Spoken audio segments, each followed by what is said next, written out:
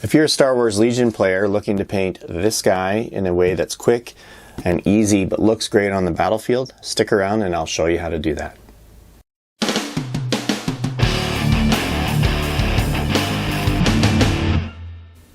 Alright guys, so no big surprise here. I have primed Darth in black. This is Vallejo Surface Primer Black, which is I have airbrushed it. You could obviously use, you know, Army Painter spray paint or Games Workshop spray paint, something like that. It's just easier to you could also brush it on. Black is easier to brush on than white. And I use black because he's Darth Vader, but also because if you're doing a dark color scheme, black is often your best choice as a primer. For lighter colored guys, you know, you maybe want to do a white, although black is kind of universal. But what I'm also doing differently here is it's not so much, I'm not gonna zenithal prime him where you prime like white from above because I want him to stay pretty dark, but I am priming his lightsaber white because I want it to be a lot brighter than he is when I apply like the red and stuff like that.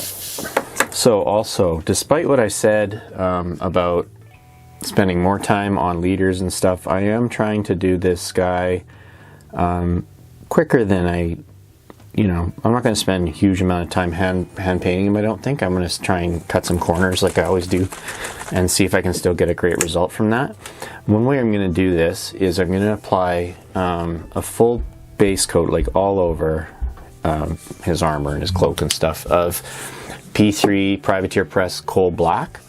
And that's going to become sort of like an under highlight to the next step, which I'll talk about in a couple minutes here. But basically, I'm just going to lay this in with the airbrush. You can also obviously, again, I'll just make sure this is coming out okay. You can also hand paint this, because it's pretty easy to do with Coal Black. It's very subtle. It's a nice color for working with black, for highlighting it and stuff. Or it can even be your base black, like your actual black, but because I'm going to end up giving Darth Vader a kind of a bluish black. You know how sometimes in comics and things like that, the black is actually blue when in the highlights. That's the kind of look I'm going for with this guy. Alright, so this doesn't look dry because it's pretty shiny. And that's something to do with how much, when I pre-mixed, I often do this, I pre-mixed my Coal Black into a 2-ounce bottle. I probably used a little too much airbrush medium, and so it does come through a bit shiny. I'm okay with that because I'm going to end up doing a variety of like whether a matte coat and then maybe a gloss on his helmet and stuff like that. So later on, that's gonna change. But the next step I'm gonna try, and I really hope this works, I'm gonna have to strip Darth Vader, is I'm gonna use this Vallejo wash. God, sorry. Which is it's just black, and the thing is, these Vallejo washes are tricky. Like, I don't love them, and sometimes they really don't go on very nicely. But I do like this black, and I find it's pretty strong, and it will color a lot of the surface, as well as going in the recesses. And in a way, I kind of want that in this case. So I mean, hopefully it's going to work, but I'm going to put this on with my wash brush, and it's going to be tough to see because I'm painting black onto black. So you're going to have to just bear with me here. Just trust that I am, in fact, applying a wash to this guy. Okay, and it is actually having the effect I was hoping for, which is it is filling in a lot of those nooks and crannies with a dark black while leaving that sort of bluish coal black color to kind of peek through, which I think looks really nice. At least I hope it will when I'm finished. Now, I'm using a hairdryer to speed up the steps, and one thing first of all, I recommend a hairdryer as part of your painting repertoire because it's really handy for speeding things up, but you want to get one. I've been using this one for ages. It's just a little tiny, like a travel one. You want to get one that lets you push the button to to use cool air. For example, with this guy, if I blast him with hot air, whoops, his lightsaber is going to droop, because he's the kind of model that, you know, just like you can do the hot water trick, you can also use hot air, and he will start to warp and stuff, so you don't want to do that. All right, so I want to keep darkening some of the creases and crevices of his cloak, and I want to have like most of the inside of the cloak very, very dark. I don't want it to sort of stand out.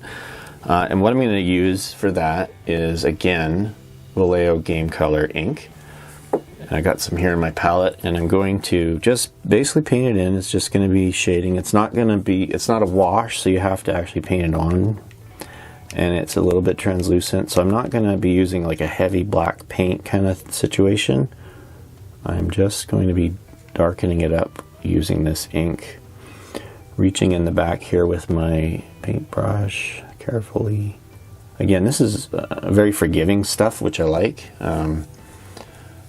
Hard to keep this guy turned the right way. I'm going to add maybe a little bit of shading in between some of the, whether it's joints or, you know, where one surface meets another. Alright guys, so what I'm going to do next is, this has dried, still looking pretty shiny I guess, but it is dry. And what I'm going to do now is I want to, you know, he's a little too dark still, so I'm going to bring up some of the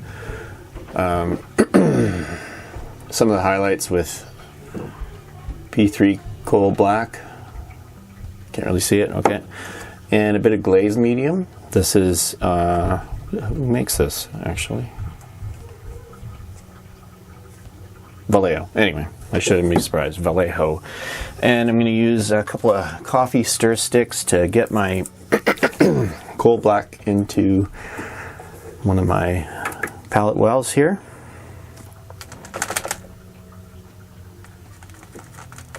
Don't need too much. And probably just like a couple, like you don't want it too thin, right? So a couple drops of glazed medium. You could use water too, I think, just to thin down the coal black a bit and apply it. But what I'm trying to do here is not have it go on as thick, really thick, opaque highlights. Oh, I'm going to put on the grandpa glasses too. One sec. If you don't know what I'm talking about, I've done a video about, you know, how to paint when you're getting a little older and your eyesight's starting to let you down. So what I'm going to do with this is just pretty subtle highlight in some of the areas where, you know, he would catch the light with his, whether it be his helmet or his cape. And when he's done, mostly done, I'm going to end up probably glossing his helmet quite a bit, or like, well, not quite a bit. I'm going to use the gloss on his helmet because he has a very glossy appearance. I would almost say more so than some of the stormtroopers do, especially that helmet. So I think I'm going to make that helmet shine using maybe some like GW Ard Coat, it's called, something like that. But until then, I'm going to keep on highlighting some of the more raised areas of his gear and equipment and armor and whatnot, what have you. For this, I'm using a #1 Winsor & Newton brush, Series 7. If you invest in any brush or almost any tool as you're starting out in miniature painting, a Series 7 #1 brush is one thing you should consider. They're just amazing brushes and last you forever if you take care of them, and they hold their tip very, very nicely. And I would get a #1. A lot of people will probably, and I think I might do a video just about brushes, by the way, but it can be tempting to go for like a 0, thinking you need these tiny brushes to do your work, but I actually find it's harder because it doesn't hold as much paint, and it's so small you have to paint much longer trying to get everything done and blah blah blah. I just think a #1 is better overall. It's kind of like your multi-purpose workhorse brush. Alright, so So this guy is pretty much a uniform dark black color everywhere, so not a lot of variety. Don't know if you can see it, how that's bluish highlight is coming through yet. It's going to be very difficult to see probably on this video, but I'll do my best to show you. Now, I think the way I'm going to highlight this more is rather than you know, jump right to a different color, I think what I'm going to do is, and you're kind of watching me in action here, seeing my thought process as I paint something. This is kind of how I want to show you guys my how I do things. I'm going to add an aged white Vallejo Air. I mean, it's basically like a bone. I just can't find my bone paint right now. It's around here somewhere. Just a light color that's not, you know, white, which can produce quite a stark result. But one drop into the existing one. I'm going to add a little more glazed medium, just like one. Let's call them 2 drops. And I'm trying to go, you don't want to go too light on any of these highlights, because then you're going to start to look, then it's a light blue coat, it's not a black coat, right? And by the way, black can often be one of the hardest colors to paint.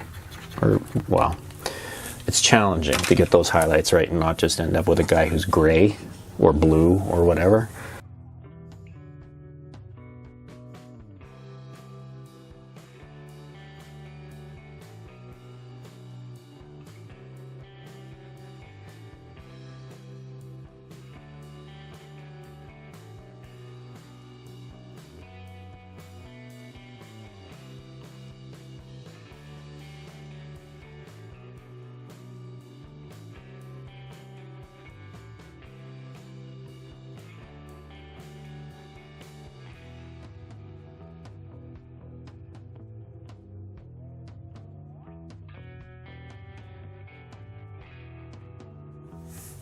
Okay.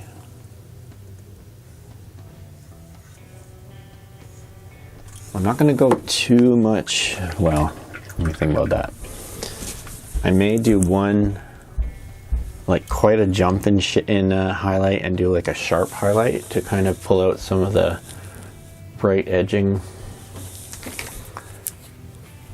I think. I'm still thinking about how I want to come at this. Okay. I'm adding another drop of the aged white. I'm not adding any more glazed medium because I think there's enough in there right now. Give it a good mix. Yeah, maybe I may do one more, like just of the gradual highlight that I've been working on. I don't want to brighten this helmet up too much, but now let's try it a little bit more. Just very small amount.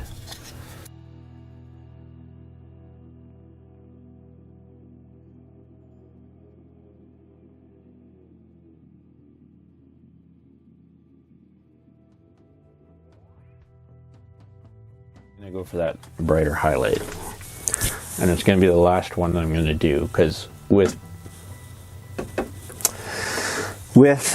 black, if you highlight too much, you end up with this weird gray looking dude or something, like our guy that looks like he's got white all over him. So it's a really tough thing to do. I'm adding a P3 Moro white, which is a really nice white, very, very bright. Sorry, when I do this, I'm not trying to hide what I'm mixing. I'm trying to stop paint droplets from flying off my palette and hitting Vader, which can happen sometimes when you're mixing. I'm not doing anything secretive behind the hand here. Okay. It sounded weird, didn't it? Okay, so let's see. Again, really subtle. Let me see. You know what, I think I want to go brighter. I think that white didn't add enough.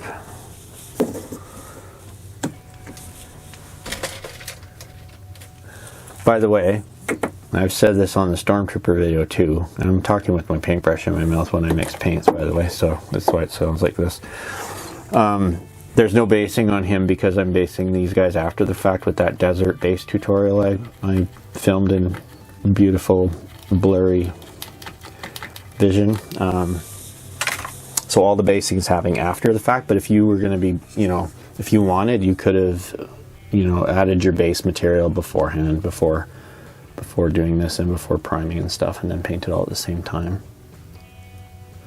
So I'm adding these sharp highlights just to things like his, gotta be careful here, cheeks, his nose. Just trying to pull out some of that definition on his face, even though I said I'm gonna do the, you know, the bright gloss, or the very glossy shine.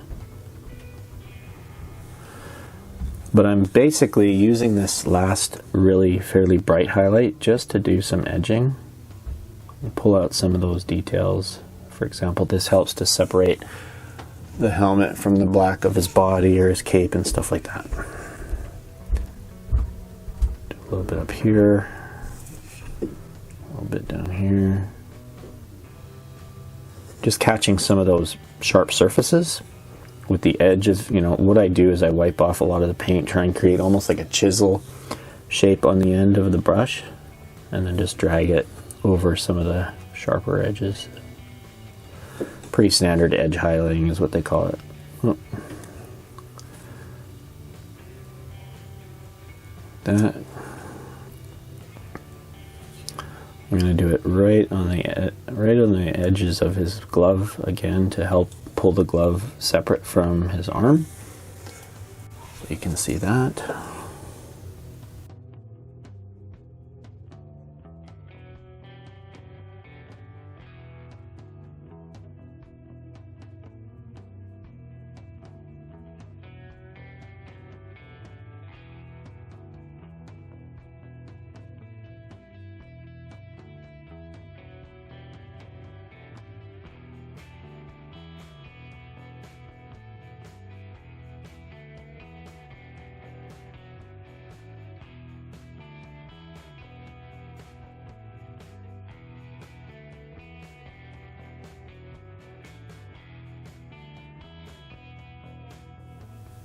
So the reason I stopped for a sec was to look at this.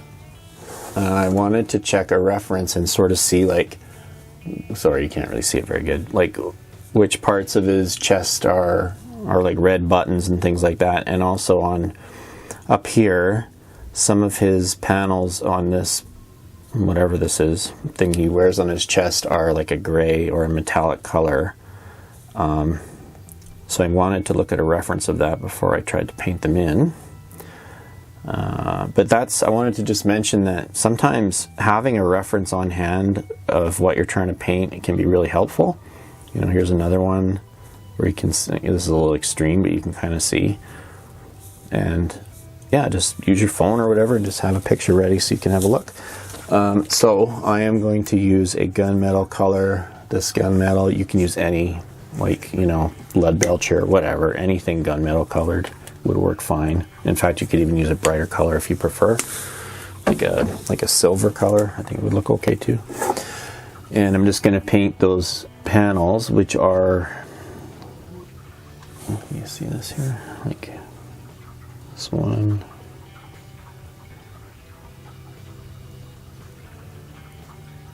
that middle. In my opinion, they look best when they're not super starkly different from the rest. So hopefully you can see that. I'm going to paint a bit of a metal look, like I'm going to edge this black box thingy on his chest. That, you know, I'm not going to paint it like a bright silver metallic, but I am going to color it more metal so it stands out a little bit. And I'm going to do, I'm pretty sure there's a chain on his neck. It's really hard to see, but I feel like there is one. I just don't know. Well, it must be holding his. I'm going to do some very, very subtle metallic touches there, just to highlight that detail without showing too much of it. Like this can be red. You know, and this doesn't have to be highlighted later. It's too small. Let's see there. Like it's really small. Yeah, that'll do. Like that. Okay. All right, guys, we're in the home stretch here. Now, the lightsaber. Here's the thing about painting his lightsaber. It's really going to be easy to accidentally get what effectively looks like a long stick of lipstick or something, because when you see his lightsaber in pictures and movies, it really basically looks like a white beam with a red fuzzy outline no matter which angle you look at it, right? And we can't simulate that because we are putting paint on in a way that, you know, it can't move with your eyes, so to speak, so certain angles aren't going to look the same. So how are we going to deal with that? And I'm been thinking about it, and what we're going to do is, first you want to start with a bright white base, okay? So that's going to be important. Make sure you have a nice white, even, and even this one's not even enough, but I'm going to keep going. Base coat of white, as bright as you can get it without getting sort of streaky. Then what I'm going to do, rather than try and paint an outline somehow, I'm going to use GW Bloodletter Glaze. So we're going to be glazing it with a red, although it is almost like a bit of an orangey glaze, but anyway. And then I'm going to add some of this Lamian medium, or you know, any kind of medium would probably work. But the reason I'm doing that is if you just use this out of the pot, what could happen is you'll do a you know, a strip of it, and then unless you're like incredibly fast and awesome, if it starts to dry before your next one, you're going to get a line showing between one layer and the next very quickly, and so it's very hard to get a nice uniform coat on here unless you thin it. When you thin it, it'll be a little more forgiving on the drying time. You do a coat, let that dry, do another one, let it dry until you're happy with this sort of glowing red vibe you've got going here. Now, after that, I'm just going to say it all right now and then I'll film it. After that, I'm going to look at the blade and decide if I want to add just a tiny bit of a white highlight along some parts where most people will be viewing the blade from, right? So you're not going to do it on the bottom. When you're playing with him in a game, people are going to see it kind of from this 3/4 upper view, or maybe from this side here. So maybe slight white highlights in the middle here to pull that glow out a little bit more, that white glow. So let's give this a try. And as I've been editing this video, I'm realizing that talking through the whole thing makes for a very, very long video. So I'm going to just describe what I'm going to do, and then I'm just going to do it. So yeah, I find this it's hard to see in the video, but it's kind of an orangey color, but yeah, we'll try it. I'm tempted to put a little P3 red ink in here, or red, what do they call this stuff? Yeah, red ink. But you may not have access to that, so let's do this in a way that's keeps it a little simpler for everybody and see how it works out. And again, I'm not being scientific with this. I imagine this is going to end up being roughly 1/3 medium to 2/3. Well, I'm almost going to contaminate my Lamian medium. That's not smart. 2/3 medium, or 2/3 ink. Glaze. I'm filming this early morning.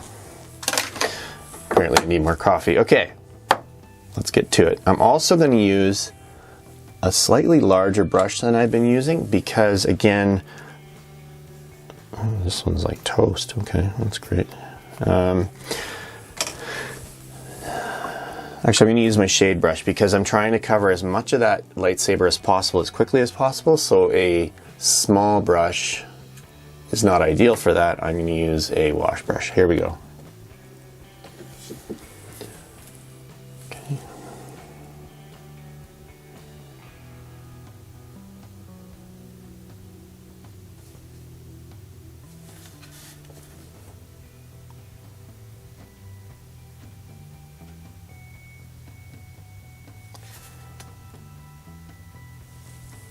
All right, now you'll notice that's pink, right? It's not done, and it's not really doing the effect we want. It's not red enough, and that's okay, because what we're doing is we're going to let each of those steps that we do dry for a sec, and then we're going to apply the next layer and the next layer and build it up until we're happy with the effect we're getting there. Happy with how red it is. Sorry, as I'm filming this, I'm trying to resuscitate one of my Winsor Newton size 2 brushes. Anyway, okay. That's just blowing on it to dry it quick. That's probably, yeah, that's dry enough. Okay. Doesn't have to be like perfectly dry for 3 hours kind of thing. You're just giving it a sec so that you're not going to end up with those like tide marks and layer marks happening.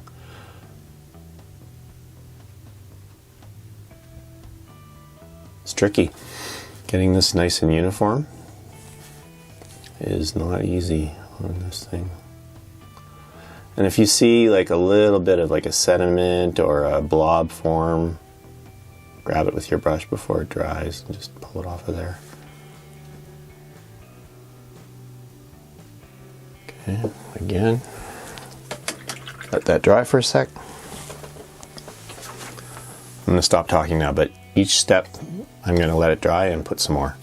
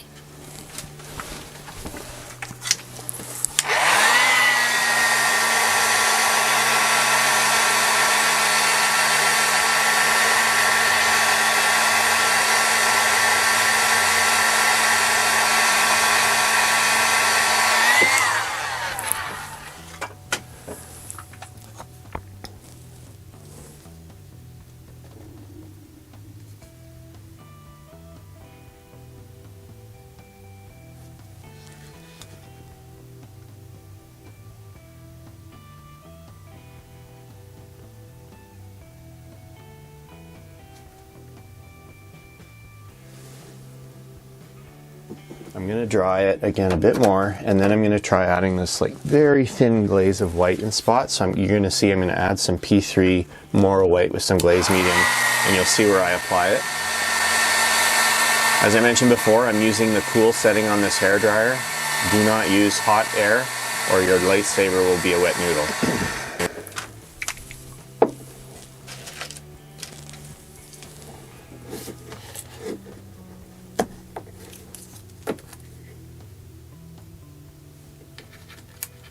It's not going to take very much white in this case, so I'm just putting like a couple drops. And where's my glaze? Drop or two of glaze. It might actually be too much because I didn't put much paint in there.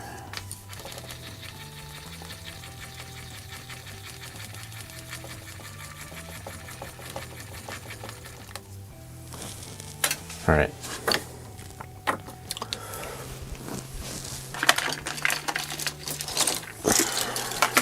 Get my glasses.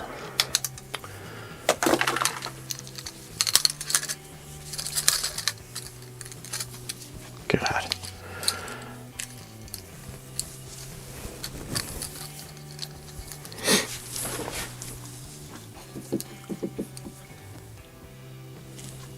You're not going to want very much paint on your brush for this, so wipe some off on your palette. Just a very, very small amount here. This is going to be a tricky one. And I think what I'm going to do is, rather than try and paint like a straight line up the lightsaber, I'm going to try and drag a line, which is often easier to do. Real subtle. I kind of like how that's working out. See what I mean? It's really subtle.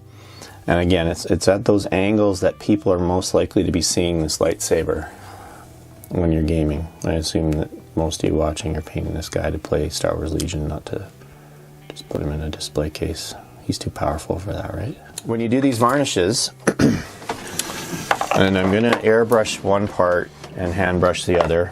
I prefer to airbrush larger areas. It's just kind of the... But you can honestly brush this stuff on if you want to. I'm going to do a mix of varnish colors. And what you do is you work from matte to gloss, because if you hit gloss, if you do your gloss first, then your matte's going to hit it and you're going to lose your gloss effect. So this is the matte varnish I've been using.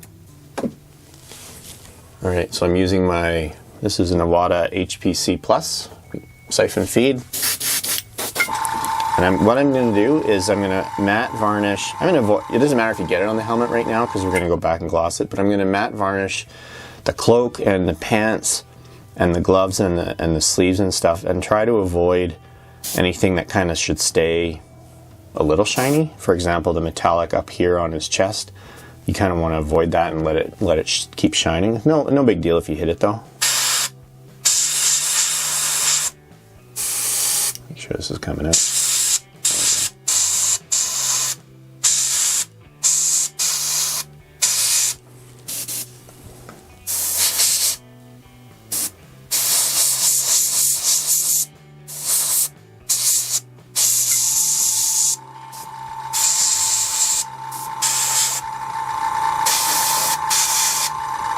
Now, I'm going to try and get it so you can see the shine come off of this cloak and see how it looks nice, and it's going to look nice and hot. It's still drying, but it's going to be nice and highlighted by that coal black mix we were using.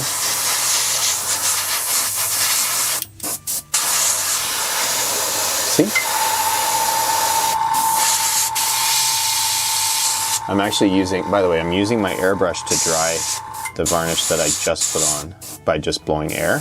That's why you want a dual action airbrush, which will allow you to pushing sprays the air, and then pulling back lets the paint flow. So you can use this just as an air hose effectively. And it's good for quickly drying layers of paint as you put them on.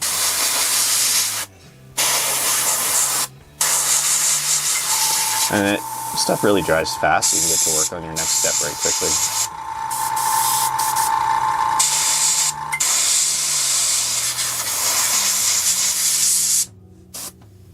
There we go. Make sure you wash your brush out.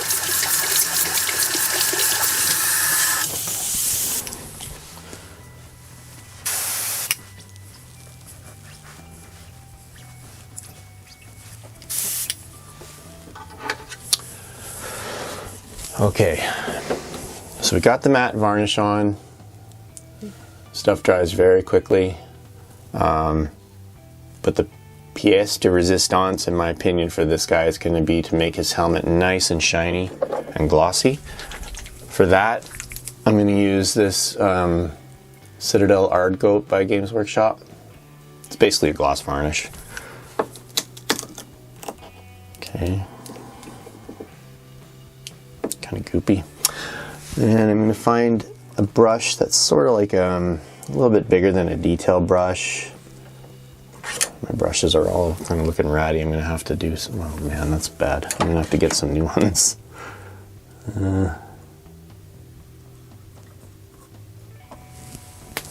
Alright, I lied. I'm going to use the shade brush. This is not generally the brush you would use for this, but use something a little more like a middle ground, like a base coat brush. Okay. And again, just sort of like the glaze, move quickly on this to avoid getting lines where you don't want them between where the gloss has started to dry and getting streakiness, because it will dry and then it'll start to pick up your paint, your brush strokes. You can put this on pretty liberally, I find, meaning don't worry about putting too much unless you create a giant glob on the top of his head, but generally it's pretty safe to just go to town here. You want his eye goggly things to be also glossy, and it's already starting to dry. Hopefully you can see in the video now Vader's helmet is shiny like it should be. So what you've got here is a nice mix of matte clothing and cloth, but a shiny helmet. And I'm going to also, I'm not going to gloss the lightsaber because it shouldn't look black, or sorry, glass, right? It should look, well, not glass, but I'm going to use a little bit of that satin varnish. And I'm just going to, I just want it to have a slightly different texture than a purely matte one, so that it has tiniest bit of a sheen to it without going overboard and being too glossy. Goes on a little bit wet, but it'll dry a bit more matte than that.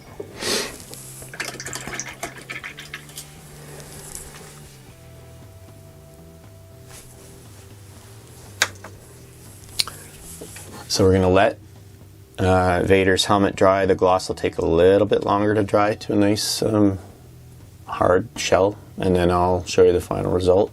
Like I said, the base I'm going to do after the fact, and I'm going to be doing the kind of base that's in my other video, which you see here, which you can see here is like a sand base, like Tatooine.